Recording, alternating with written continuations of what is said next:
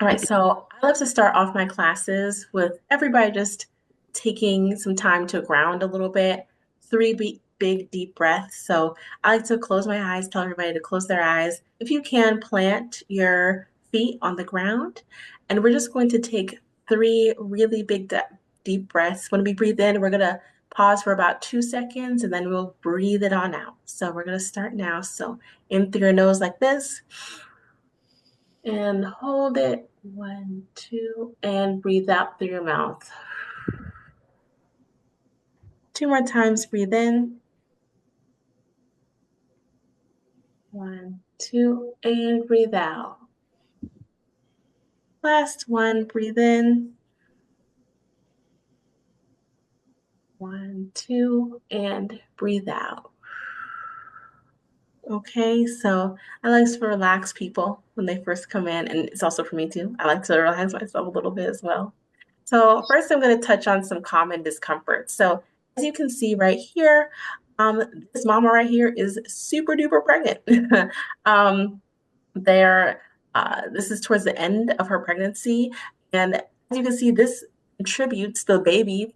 The size and the weight of the baby contributes to a lot of common discomforts that you can kind of visibly see. The baby's on top of the bladder, which makes you pee a lot, right? That's a common discomfort for a lot of people. The baby is also up against your diaphragm, so it makes it harder for you to breathe, right? So I would love if you people could share in the chat. So close to the site, right? Towards the end. I would love if a few people in the chat could share any common discomforts you're experiencing. What are some things that you're experiencing that you're comfortable? Thank you. So close said acid reflux. Yeah, that's a huge one, right? The baby takes up a lot of room and it kind of squishes your stomach, and also your esophagus is weaker in pregnancy. SI pain, yeah, that's a huge one. Yeah, yeah, cramps, rib pain, congestion. That one, when I learned that one really shocked me. I did not expect to for people to feel congestion when they're pregnant, right? Swollen I, feet. mhm. Oh yeah, swollen feet is a huge one. Thank you, Jamie. Yeah, that's a really huge one. I can't lay too long on my right side. Yeah, pelvic plane, always hunger, LOL, major hug. That's so funny. So, like, these are just some things that y'all mentioned just here, right? I just added a few things right here around ligament pain, lower back aches, indigestion, leg cramps, hemorrhoids. Also, I put some mental strains at the end here too. So, fear of the unknown, right? Especially if this is your first baby, you might be a little bit concerned about your experience during labor. And also, last one, tired of being pregnant. If you're towards the end of your pregnancy, you probably are really exhausted, and you're probably like, when is this baby getting their eviction notice, right? So that I like to really acknowledge that too, that the mental strains really do affect you as well. Also, Jamie said if fibroids and baby pushing on your bladder, yeah, especially if you have those fibroids, it could make it a little bit more uncomfortable. Oh, Kelly, you're almost there. You're almost there. I'm so glad your due date is today. So here's some things to remedy your common discomforts. Now, anything you try, please consult your provider, so your midwife or your doctor before you try anything, right? Except for like water. Water standard. Everybody can pretty much drink water. But ginger can help with nausea if you can stand the spiciness. Small and frequent meals can also help with the nausea and indigestion. It's just easier for your body to digest less food. Hydration for leg cramps and constipation. I'm going to go over later that you should definitely be hydrating a lot, drinking 6 to 8 glasses of water per day. Papaya and also papaya enzymes can help with heartburn and indigestion. However, you don't want to eat papaya that is not ripe. It must be ripe, okay? And again, you consult your doctor before you try any of these things. But if you eat ripe papaya, it can help you with digestion. And rest and self care for your mental well being, right? If you're tired, you're exhausted, you have a lot of these common discomforts, making sure that you're getting enough rest and pouring into you as well. And then also stretching and exercise for lower back pain and leg cramps, and even that pelvic pain that I saw some people talk about, and the SI pain can also be remedied by yoga, stretching, body work like chiropractic care, massages also really helps with all those things too. Okay, so I hope that this kind of helps you out a tiny bit as well. Okay. All right, so now we're going to talk a little bit about moving while you're pregnant, okay? So exercise is so important throughout your whole entire pregnancy. I'm going to focus a tiny bit more on the last few weeks of pregnancy, but if you can move, move. I know some people might have bed rest or that it might be like really difficult for them to move, but if you can, absolutely engage in that exercise. I also like to talk about Kegel exercises. So Kegel exercises is the contraction of your pelvic floor, and that can help you prepare for your labor. Okay, so essentially, what Kegel exercises do is it strengthens your pelvic floor. Okay, so what you do when you do a Kegel, well, you know when you hold in your pee, you kind of squeeze your pelvic floor to hold in your pee. Well, that's the contraction part of the Kegel, and the release is that second half. So that's one rep. Okay, so the contraction and the release is one rep of a Kegel. Okay, you want to do that like 10 reps, maybe 3 to 5 times a week at the very least, if you want to see the full benefits of it. I also like to tell people a little variation of it. I like to tell my students to envision that they're going up and down an elevator in a 3-story building. And I tell them to squeeze a little bit on the first floor, squeeze a little bit more on the second floor, and then squeeze as hard as they can on that third floor, and then do the reverse. So you relax a little bit more, and completely relax on that third floor.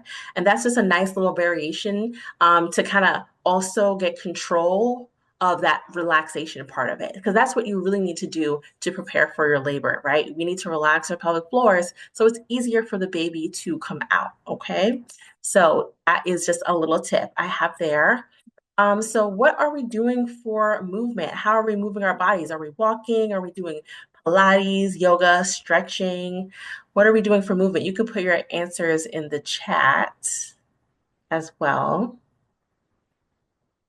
If it has anything, it's getting warmer. So if you're not already in a place that's warm, I'm in DC, so it's just getting warmer.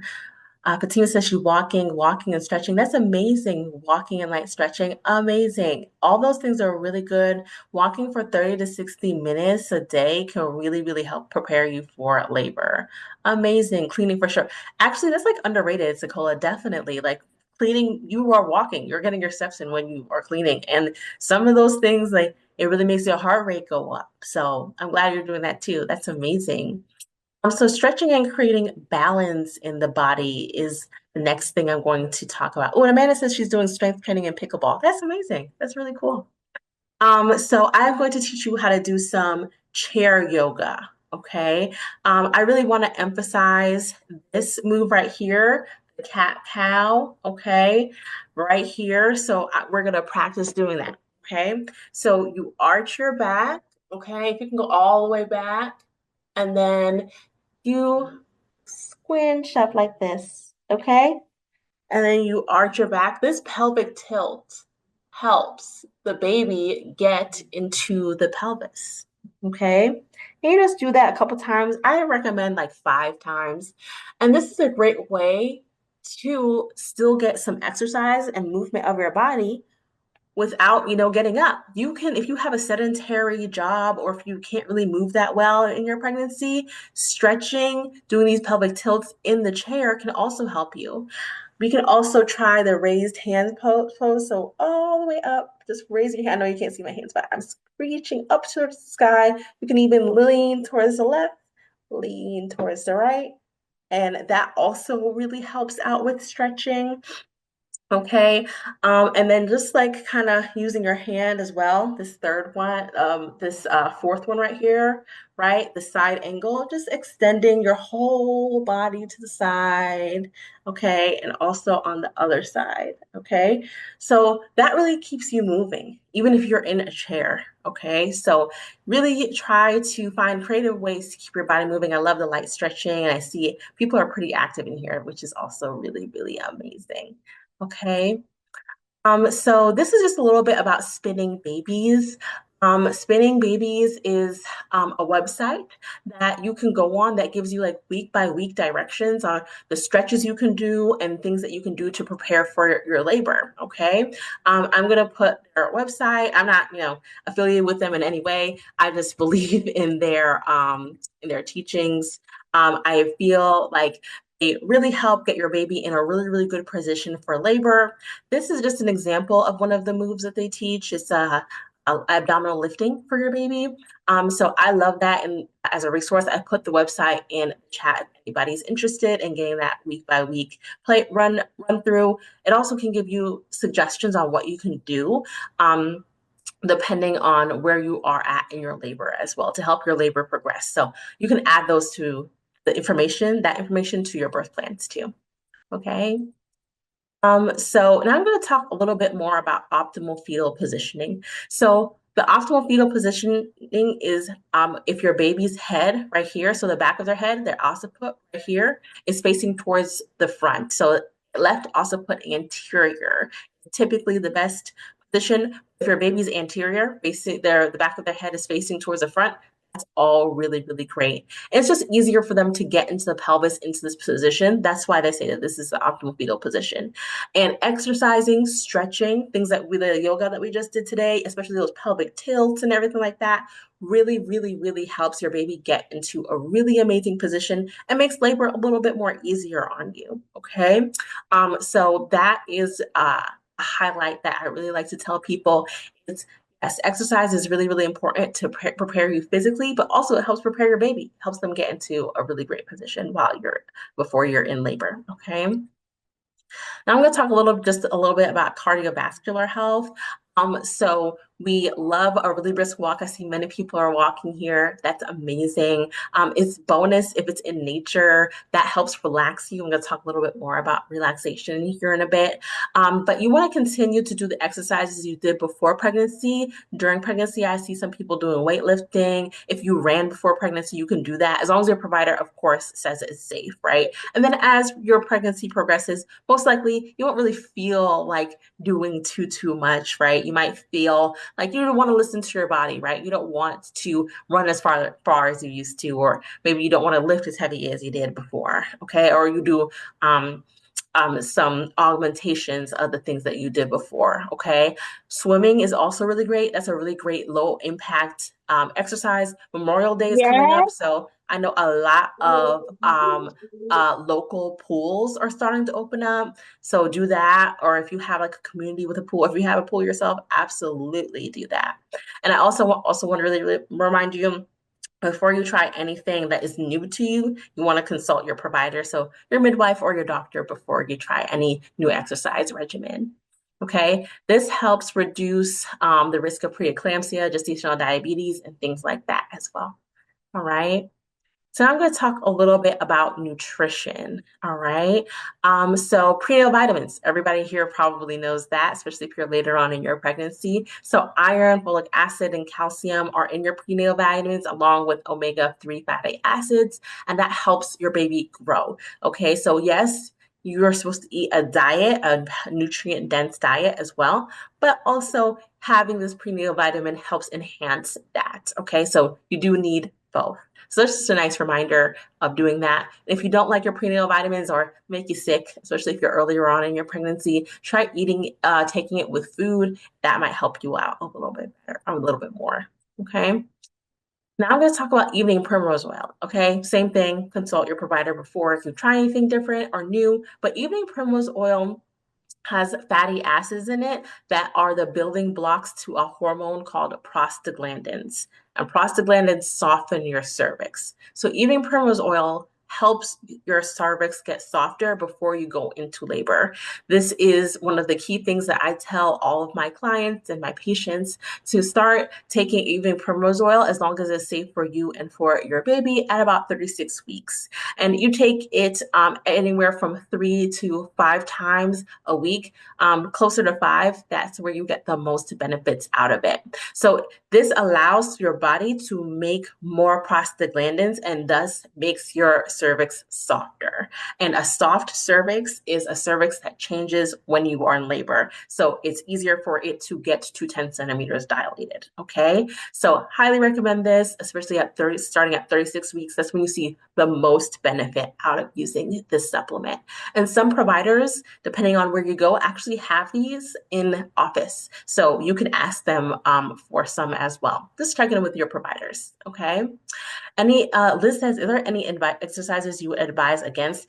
Yes, anything that you are not used to doing before, right? So if you are used to weightlifting, then still lift, but don't exceed what you are used to doing before, right? Let's say that you're used to using 20-pound dumbbells. Well, continue to use that until it kind of gets a little too heavy for you, right? Then you might go down a little bit as your pregnancy progresses. And of course, always talk to your doctor. They will also tell you certain things, like certain people have certain conditions or something like that where they can't, do too much cardiovascular work.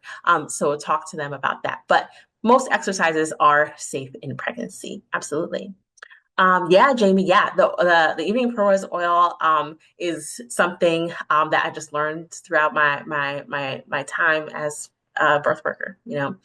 So yeah, that's why I like to really share it with people. Especially for it's great for everybody, but especially first time moms who have not given birth yet, really beneficial. All right, so this is just some things that to limit as far as eating or stay away from. So limiting or stay away from caffeine, food high in sugar, saturated fats, and salty foods. Right? I know people, the standard thought or society tells you, oh, you're eating for two, you can eat whatever you want when you're pregnant. Well, yes, you technically can eat whatever you want because you're grown, you're an adult, you can do whatever you want, right? However, trying to limit these things as much as possible really, really helps prepare you for pregnancy. Eating a nutrient dense diet is best. Wings are delicious. I get it. I know. I eat wings too. And I'm technically not supposed to because my trainer said I can't, but because we're trying to, get ready for summer. But like, yeah, just like everything in moderation, right? You want to eat a nutrient dense diet, but these are either a no-no or like limit. Okay. So caffeine and high in sugar, saturated fats, and salty foods, you do want to really limit those as much as possible. I actually advise to eliminate caffeine if you can. And then raw and unpasteurized foods and drinks are a no-no. Okay. Matcha doesn't have that much caffeine in it. I'm talking about like a coffee or like Celsius or a Red Bull or something like that. Like stuff that has a really high caffeine content in it. Okay. But green tea most likely is not going to bother you. So that's why I also said like limit. Okay. So this is just a little tiny bit more about nutrition and hydration for pregnancy. So red raspberry leaf tea is a great thing to also drink. It helps tone your uterus. Start that at 36 or 37 weeks, like closer to your due date. Don't start it like in your second trimester or anything like that. It really helps strengthen your uterus. So we're bringing nutrients to the uterus so it's easier for it to contract and it can contract for a longer period of time. Okay. So if you have a longer labor, which we hope you don't necessarily have, it can really help with the strength and vitality of your uterus. Eating a varied and healthy diet is also very, very important here, like I said before. So you really want to eat like vegetables, get lots of protein.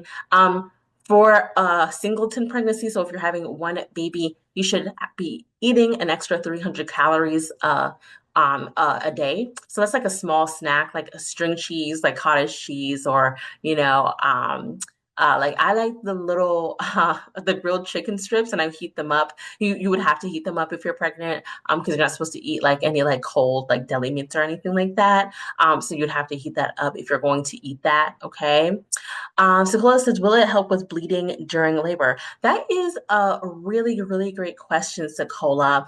So if it does help with the strength of your uterus, it could possibly help with that bleeding piece of it. However, when you have a baby, they give you oxytocin as well. For most at most hospitals, at most birthing locations, they do give you oxytocin to help your uterus contract.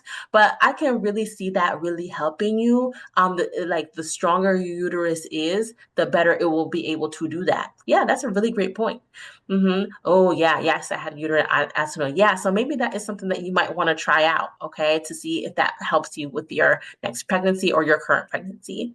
And then Jamie said dates. Yeah, so dates are very nutrient dense, right? So they have great nutrients in it, and I do believe they do prepare you for labor. However, I've seen some things say that it makes you go into labor or something like that, which is there's no evidence that suggests that, unfortunately. If you do want to eat dates, absolutely do that. I think it's really, really healthy and really, really good for you to eat that.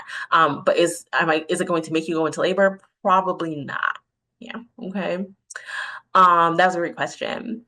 And then I was talking about the drinking water. So drinking 6 to 8 glasses of water a day can really help you with hydration. Remember, your body's retaining a lot of water you have. That's why you have that swelling and everything like that. It's preparing for you to lose a lot of blood essentially during childbirth. Okay, so you do want to make sure that you're replenishing yourself. That also keeps your joints lubricated and all that great stuff. So, what are some of the current favorite things you like to eat and drink? It doesn't have to be healthy. We're just sharing something fun.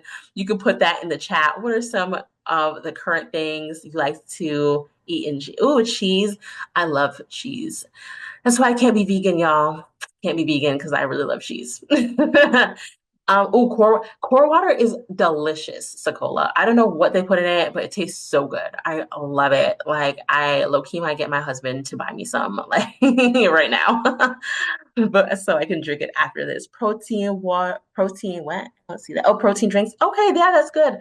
Sometimes people can't eat like a full meal when they're pregnant, like I said before. So that's a nice way to get calories in and some protein in without overwhelming yourself. Lemon water, ooh, refreshing. I love that. Ice cream. You know what, Paige? Do you? I love it. I love ice cream too. French fries and steak. Do you know when you have certain pregnancy cravings, that's typically a sign that you're kind of like low in something. So, like if you crave like salty foods, you might be low in electrolytes. So, you should drink some coconut water and Gatorade or something like that.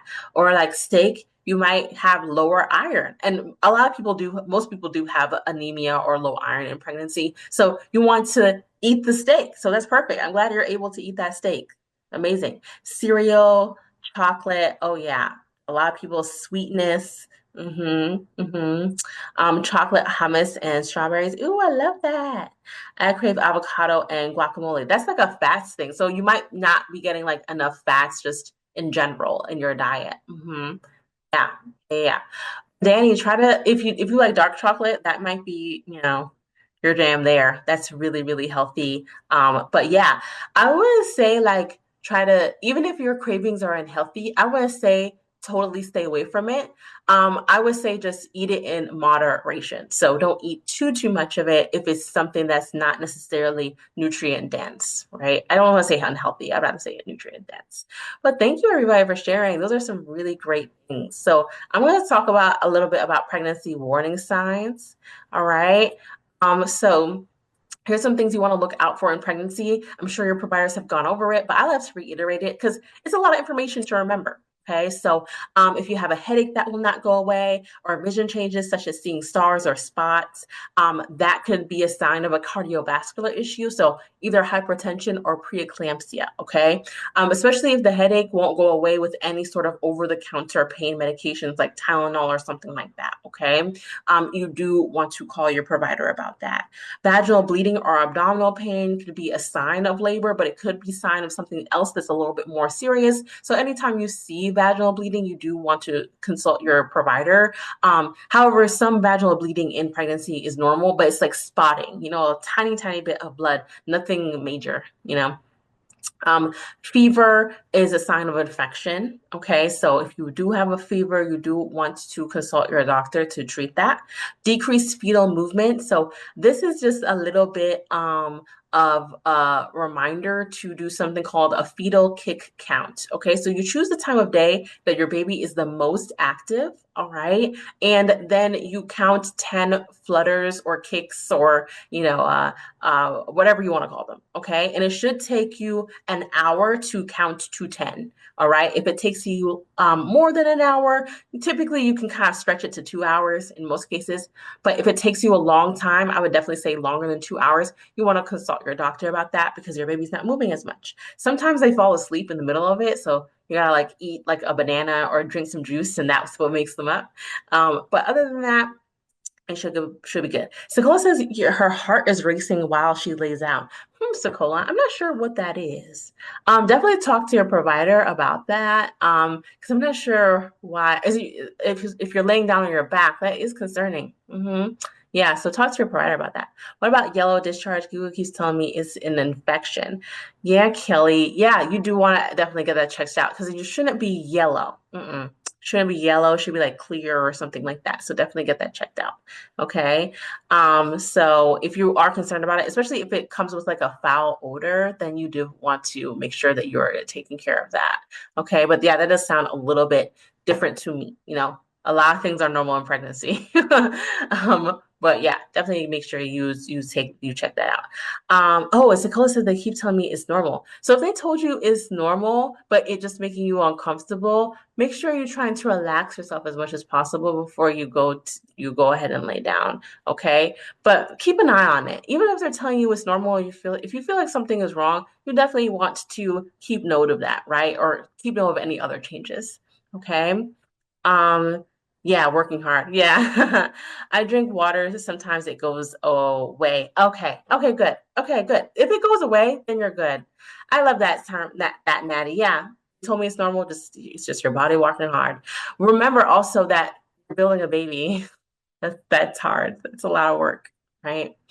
So I just wanted to touch here on preterm labor. So preterm labor is when you are having contractions that are getting longer, stronger, and coming closer together, and these contractions do not stop. So you have 4 to 5 contractions in an hour, and it might feel like an intermittent backache. So a backache that comes and goes, like every 30 minutes you have a backache, then every 20 minutes you have a backache, right? And it's not like continuous. And the earlier you get help, the better. So use your intuition, okay? Please do that. Make sure you're using your intuition and tapping into that. Okay. First time on here, what does a contraction feel like?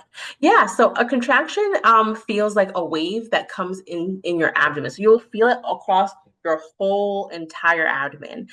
This is going to be a series, so I'm going to talk a little bit more about this in detail, but it typically starts at the top of your uterus and it wraps around, and you might feel like also a pushing down feeling. So it'll be your whole uterus contracting instead of like little areas of your uterus like tightening and squeezing. That's called a Braxton Hicks contraction. Also, the contractions will get closer together and they'll get stronger and you'll be more and more uncomfortable. Okay. But that's a great question.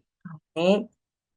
So now I'm going to talk about communication and mental preparation. So I want to talk a little bit about managing anxiety and fear. I also want to talk about sleeping, relaxation, cultivating community, and birth planning as well. Okay. So here's some mental strains of pregnancy. I kind of touched on this before, but preconceived notions about birth, the opinions of others, your current environment as well can affect that, right? So if you hear all these opinions of others, like let's say, for example, you're saying, hey, I want a natural birth, but everybody tells you, oh, you can't do that. You're going to need an epidural. Well, that's not very supportive, right? If that's something that you want, then you should have people around you that support you with that, right? Not to say you shouldn't, you might need an epidural down the line. That's okay. That's totally fine too, right? It's just about people kind of projecting their own wants and needs and desires onto you. And that happens a lot when you have a child. So mentally preparing for that is very, very important. Okay. The level of support you do or do not have, right? So if you have a lot of support and you feel happy and good, most likely you'll feel really good during your pregnancy. But if you don't have that much support, you might not feel that great, right? So cultivating a community is very, very important, right? Building community relationships. There's a million mom groups out there, whether it's on Facebook or in person or whatever it is. A lot of hospitals, like local hospitals, will have mom groups that gather for free. Tap into that. That's going to help you. Those other moms are going to help give you resources and things like that. Okay. And then also mental health diagnoses, right? So if you have depression or bipolar disorder, those things can actually get worse when you are pregnant. Okay. So, or start when you're pregnant. So making sure you're tapping into your mental well-being is very, very important as well. So here's just a little bit about the fear, tension, pain cycle. I'll be going over this when we get to labor. this is just something I want you to kind of prepare for, whether you are going to have a medicated birth or not. Okay.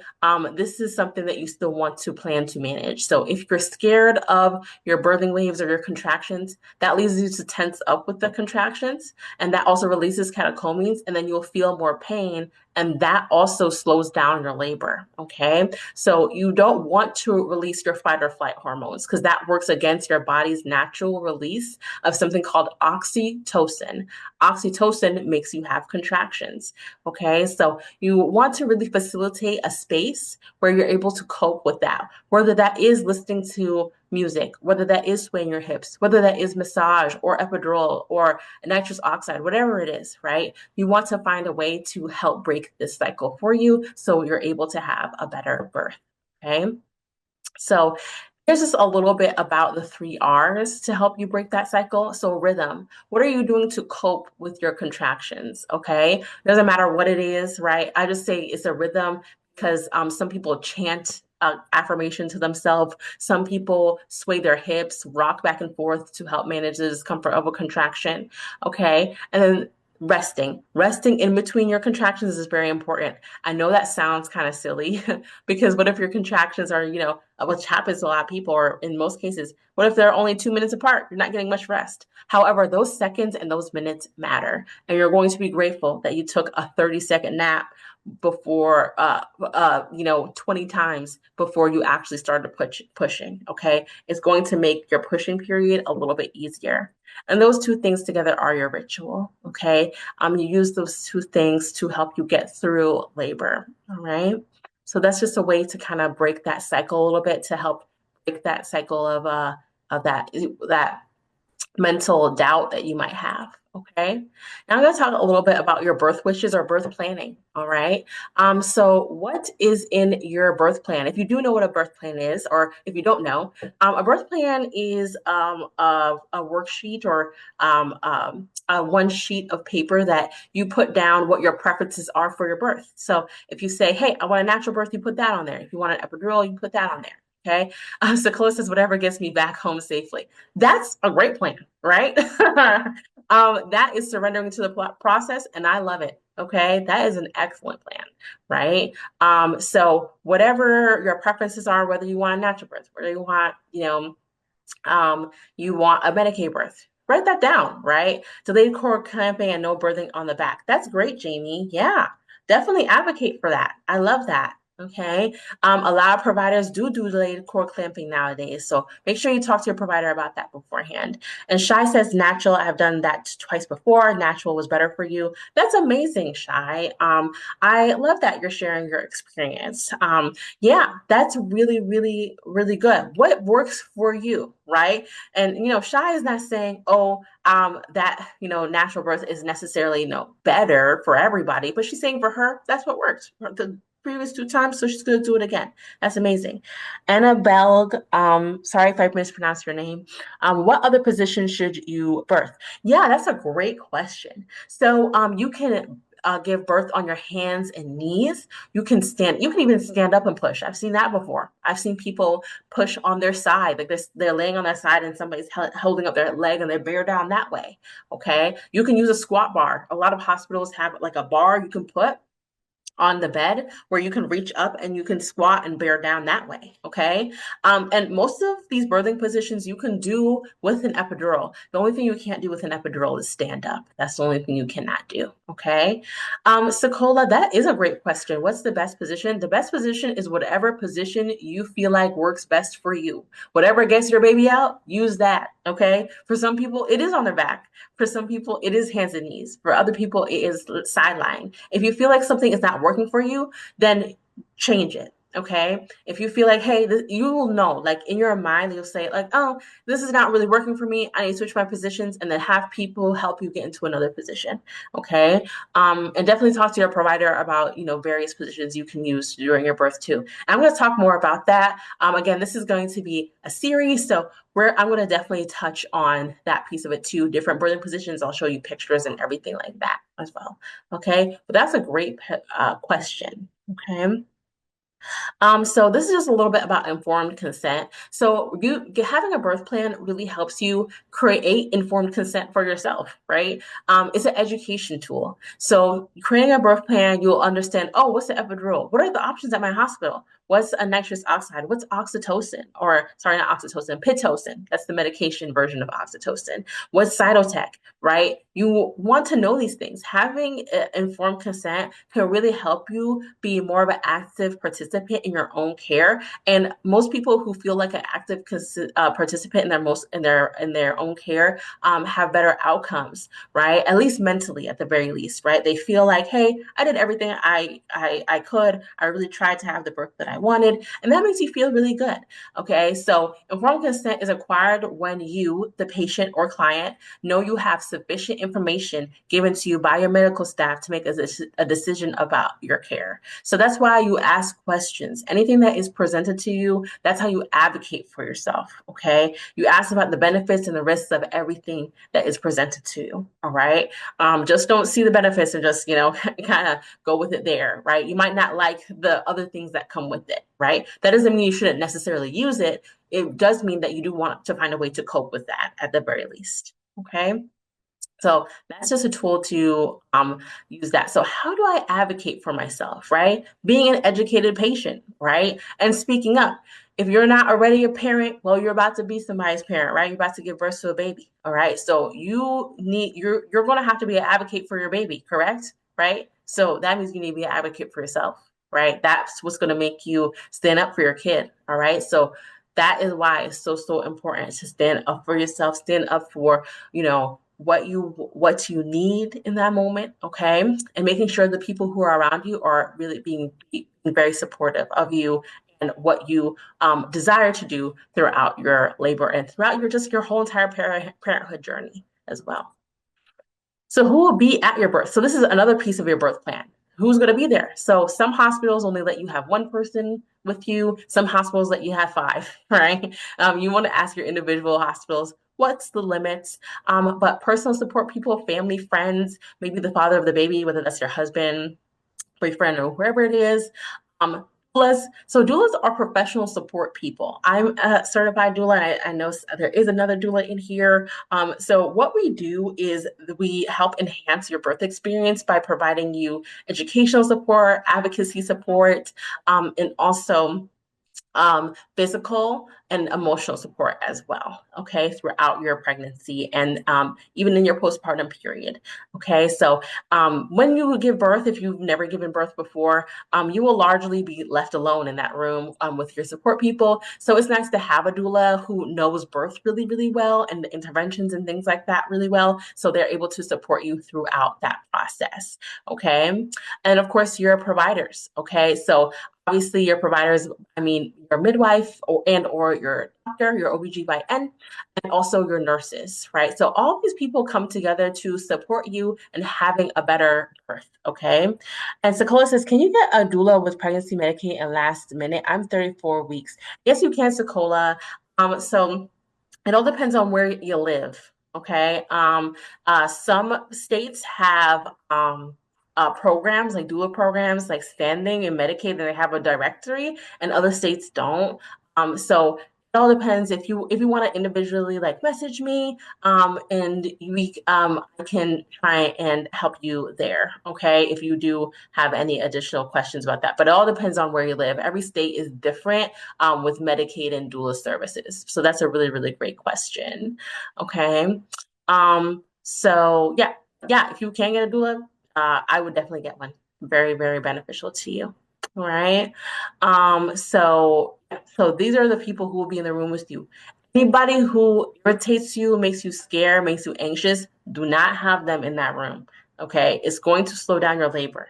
Don't do it. All right. Make sure the people in the room with you are going to do the things you need them to do. So you are going to have a better labor. Okay. All right, so this is a little bit about what to pack in your birth bag. Now, here's the thing. I've seen people walk on a labor and delivery unit and have just their phone. That's it. Nothing else. Just their phone. All right. So you don't need any of this stuff. It's just nice to have. Okay. So this is also part of your birth plan, right? Maybe if you have certain toiletries that you prefer to use those. If they bring you comfort, then use it, right? Clothing, going home clothing for the baby, for you, hydration preferences, such as a lot of people in my experience, like coconut water, especially when they hit active labor, it's easier for them to keep that down. It's also a clear liquid. So it has like a flavor to it. It has some calories in it. Okay. And it has electrolytes in it as well. And I heard somebody in the chat before talk about some electrolytes. So this is another great way to get some electrolytes if you can, stomach the taste of it. Some people can't. Healthy snacks, especially if you're getting an induction. Those things typically take a lot of time. So having a little something to snack on is nice as well. Okay. Blankets and pick up pillows from home because it smells like your home. That brings you comfort. Okay. So using that to your advantage, maybe a nursing bra and underwear and cash just in case. You don't necessarily need it. It's just like nice to have just in case. Okay. And here's just a little bit about what you should bring to the hospital. So that I have it here where there's two separate bags. So you have one bag for labor and one bag for postpartum. So this allows you to bring more things without overloading yourself. Okay. So you're able to just bring the labor bag when you're in labor and delivery, then switch it off and bring the postpartum bag. Okay. So that really helps you, again, bring more things without getting too overwhelmed. So insurance card, your copy of your birth wishes, comfort items, essentials for your support person include maybe medications for them, snacks, a swimsuit if your hospital does have a birthing tub. Okay, some hospitals, at least in my area, have tubs.